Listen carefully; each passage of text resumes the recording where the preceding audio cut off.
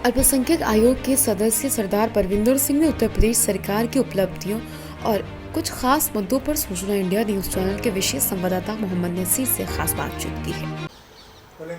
उत्तर प्रदेश अल्पसंख्यक आयोग लगातार अल्पसंख्यक के लिए काम कर रहा है।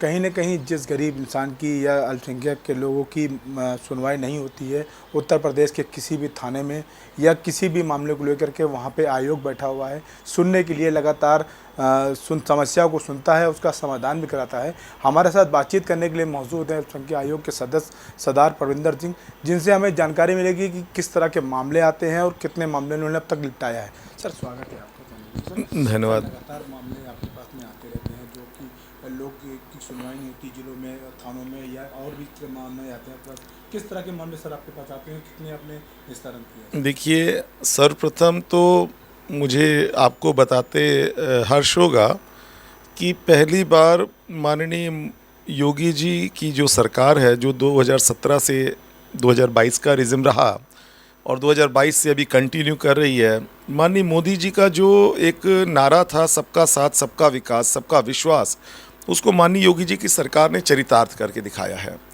माननीय योगी जी के नेतृत्व में जो विधि का शासन है वो उत्तर प्रदेश में कायम हुआ है, जिसके फलस्वरूप क्या हो रहा है कि पहले कभी अल्पसंख्यक अपनी बात बता नहीं पाते थे, उनकी समस्याएं शासन के समक्ष आती नहीं थी। अब जब से आयोग का गठन हुआ है, हम लोगों ने विभिन्न प्रकार की समस्याओं को सुना है, देखा है और शासन के वरिष्ठ अधिकारियों के समक्ष उसको उठा के उसका निदान कराने की भी प्रक्रिया हम लोगों ने प्रारंभ की है। मैं बताना चाहूँगा कि सिख समाज, जैन समाज, बौद्ध समाज को कभी अल्पसंख्यक समझा ही नहीं गया। पूर्व की सरकारें अल्पसंख्यक के मामले में सिर्फ एक वर्ग विशेष के अलावा कभी उन्होंने सिख समाज को वो अधिकार दिए ही नहीं जो उनको मिलने चाहिए थे। ये पहली बार सरकार आई है जो आप समझेंगे कि अगर संविधान का अनुच्छेद 25 हमें पूजा का अधिकार देता है, तो पूजा का अधिकार के तहत हम लोगों ने विभिन्न जैन मंदिरों के पास पूजा घर, हमारे गुरुद्वारे हैं, हमारे बौद्ध मठ हैं, हमारे मस्जिद हैं, इसके आसपास मार्ग प्रकाश की व्यवस्था है कि नहीं है, रोड अच्छी है कि नहीं है, हम अपने पूजा घर को कैसे जाएंगे, ये सुनिश्चित करने का कार्य किया है। अगर थाने में किसी प्रकरण में अल्पसंख्यक उत्पीड़न का कोई प्रकरण सामने आ रहा है, उस पर त्वरित कार्रवाई करने का कार्य किया है। चाहे अभी एक नया उदाहरण एकदम मैं आपको बताऊं, तत्काल ये विगत 10 से 15 दिन पूर्व कानपुर का एक प्रकरण है जिसमें अमोलदीप सिंह नाम के एक सिख युवक की एक आँख निकाल दी गई, इतना मारा गया उसे, और दूसरी आँख की 50% से अधिक रोशनी उसकी चली गई। उसको जब इस प्रकार की घटना हुई, हम लोगों ने तत्काल, हमारे संज्ञान में जैसे आई, मेरे द्वारा तत्काल वहाँ के कमिश्नर पुलिस से संपर्क किया गया और विधिक कार्रवाई करने के लिए उनको निर्देशित किया गया। तत्पश्चात हम लोगों ने माननीय मुख्यमंत्री जी के संज्ञान में उपरोक्त प्रकरण को डाला। माननीय मुख्यमंत्री जी ने उस पर तत्काल संज्ञान लेते हुए माननीय मुख्यमंत्री जी ने स्थानीय पुलिस को कहा कि तत्काल अभियुक्तों की गिरफ्तारी सुनिश्चित करें। और आप विश्वास मानिए कि जिस दिन FIR हुई उसके 2 दिन बाद ही आपका अगले दिन ही इस पे जो है उन पे इनाम घोषित कर दिया गया और उसके तत्काल 24 घंटे के भीतर गिरफ्तारी सुनिश्चित कर दी गई। तो इससे पता चलता है कि घटना तो कहीं घटित हो सकती है, लेकिन घटना के परिणाम स्वरूप कोई अपराधी के विरुद्ध शिथिलता कभी नहीं बरती जाएगी, ये योगी जी ने सुनिश्चित किया है। माननीय मुख्यमंत्री जी के नेतृत्व में कोई भी ऐसा अपराधी जो किसी भी धर्म, वर्ण विशेष का हो, चाहे कोई भी हो, कोई ऐसा नहीं कह सकता कि अपराध करने के बाद उसको कोई शेल्टर मिलेगा। पहली बार ये हो रहा है।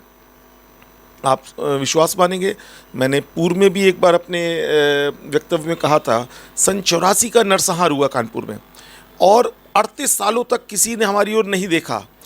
माननीय मुख्यमंत्री जी से जब लोगों ने विनती की थी, उन्होंने SIT बनाया। इस पे SIT बनाया तो मुझसे बहुत से लोग कहते थे तो एक तरीके की शोशेबाजी, ये कुछ नहीं होगा। जब माननीय मुख्यमंत्री जी ने SIT का गठित किया तो उसके बाद आप विश्वास मानिए 73 अभियुक्त हमने चिन्हित कर लिए उसमें, और 43 अभियुक्तों को माननीय मुख्यमंत्री जी ने 38 वर्ष पूर्व मुकदमे में जेल भेजा है। इससे पता चलता है कि अल्पसंख्यकों का उत्थान कैसे हो रहा है। इसके अतिरिक्त अगर बात करें हम शैक्षिक संस्थानों की, चाहे वो क्रिश्चियन माइनॉरिटी के स्कूल हों, चाहे सिख माइनॉरिटी के स्कूल हों, चाहे हमारे मदरसे हों।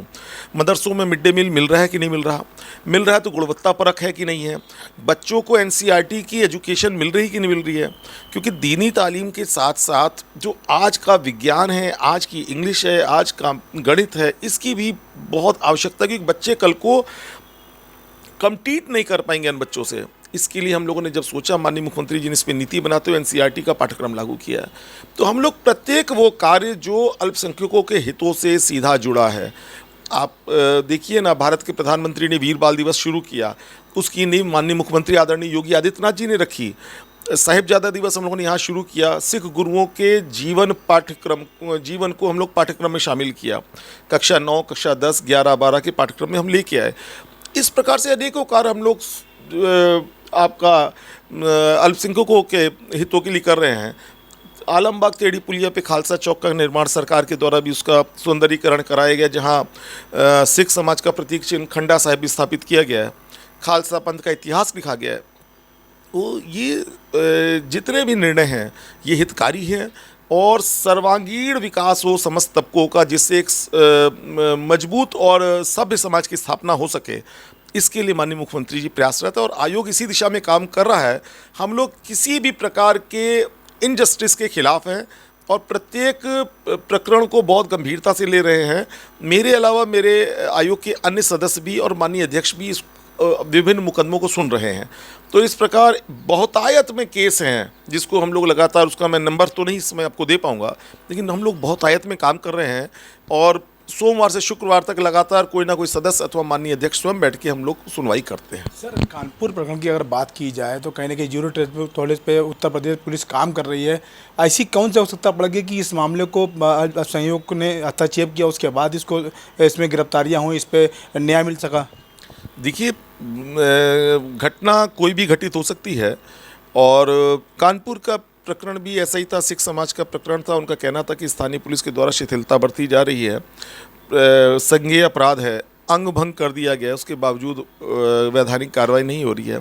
तो आयोग का काम है। आयोग सोशल मीडिया पे कोई भी चीज़ अगर आयोग को मिलती है तो स्वतः संज्ञान लेने का अधिकार भी माननीय आयोग के पास है। तत्संबंध में लोग कार्रवाई करते हैं। अभी हमने आज ही एक प्रकरण में कार्रवाई की है। शाहजहाँपुर के बंडा थाना में एक सिख को स्थानीय उप निरीक्षक के द्वारा खालिस्तानी आतंकवादी कहा गया है, जैसा उसने आरोप लगाया है। समाचार पत्रों की कटिंग और कुछ मीडिया चैनलों की बाइट वगैरह मेरे पास सिख समाज सेवियों ने भेजी है। उस पर मैंने पुलिस महानिदेशक उत्तर प्रदेश को पत्र जारी कर नियमानुसार कार्रवाई हेतु उसमें भी अपेक्षा किया है। तो हम लोग लगातार कार्य कर रहे हैं। ये बताना चाहता हूँ कि किसी भी वर्ग विशेष के व्यक्ति को कोई स्पेशल छूट नहीं मिल रही है। न्याय सबके लिए और प्रत्येक गरीब, वंचित, शोषित अल्पसंख्यक के लिए न्याय उपलब्ध है।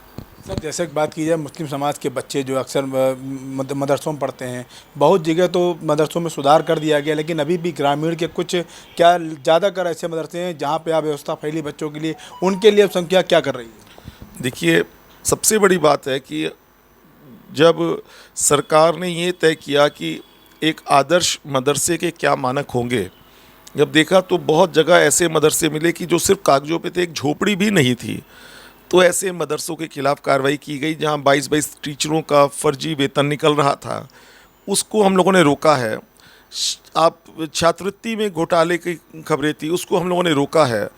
और अब जो मदरसे हम लोगों ने सब उसको ऑनलाइन कर दिया ताकि कोई फर्जीवाड़ा ना हो पाए। तो जितने रजिस्टर्ड मदरसे हैं वो मदरसा बोर्ड की वेबसाइट पे उपलब्ध हैं। और सबसे बड़ी बात क्या है कि उसमें गुणवत्ता परक शिक्षा, उनको भोजन, उनको ड्रेस, उनको सारी सुविधाएं, और जो मॉडर्नाइजेशन वाले मदरसे उसमें कंप्यूटर शिक्षा की भी हम लोग अलग से व्यवस्था राज्य सरकार ने कर रखी है। सर, जैसा कि देखा गया कि और जो विभाग हैं उनके कहीं ना कहीं नंबर जारी हैं, सीयूजी नंबर हैं, उनके पीड़ित उनसे संपर्क करता है। आपके विभाग से संपर्क करने के लिए बहुत लोगों को क्योंकि जानकारी नहीं, संख्या लोग पढ़े लिखे कम होते हैं, तो वो कैसे संपर्क साधेंगे, किस तरह से आपके विभाग से मदद लेंगे, आपसे मदद कैसे ले सकते हैं? देखिए, आयोग का पता गूगल पे और सभी सोशल मीडिया प्लेटफॉर्मों पे पड़ा हुआ है। 6ठा फ्लोर, इंदिरा भवन, हजरतगंज, लखनऊ, उत्तर प्रदेश राज्य अल्पसंख्यक आयोग करके इस प्रकार से है। तो सामान्यतः तो हमको डाक द्वारा आ जाता है, अन्यथा आयोग की जो मेल आईडी है उस पे इस प्रकार की शिकायतें आ जाती हैं। और जो अन्य पीड़ित भी होते हैं तो जो सामान्य तौर पे हम लोग कोई ऐसे विशेष केसों की जिसमें बहुत गंभीर हैं तो उसको हम लोग समाचार पत्रों और अन्य उससे भी हम लोग स्वतः संज्ञान लेके कार्रवाई करते हैं। तो ये थे हमारे साथ बातचीत करने के लिए अल्पसंख्यक आयोग के सदस्य सदर परविंदर सिंह, जिनका साफ तौर से कहना था कि जिसका कोई नहीं उसका अल्पसंख्यक आयोग है, कहीं ना कहीं जो पीड़ित है उनसे जुड़ता है और उसकी समस्या का समाधान भी होता है। कैमरामैन अभिषेक के साथ मोहम्मद नसीर, सूचना इंडिया, लखनऊ। सदस्य परविंदर सिंह ने कहा, हर वर्ग के लोगों की समस्याओं का समाधान किया गया है अल्पसंख्यक आयोग द्वारा। The all-new Vitara Brezza.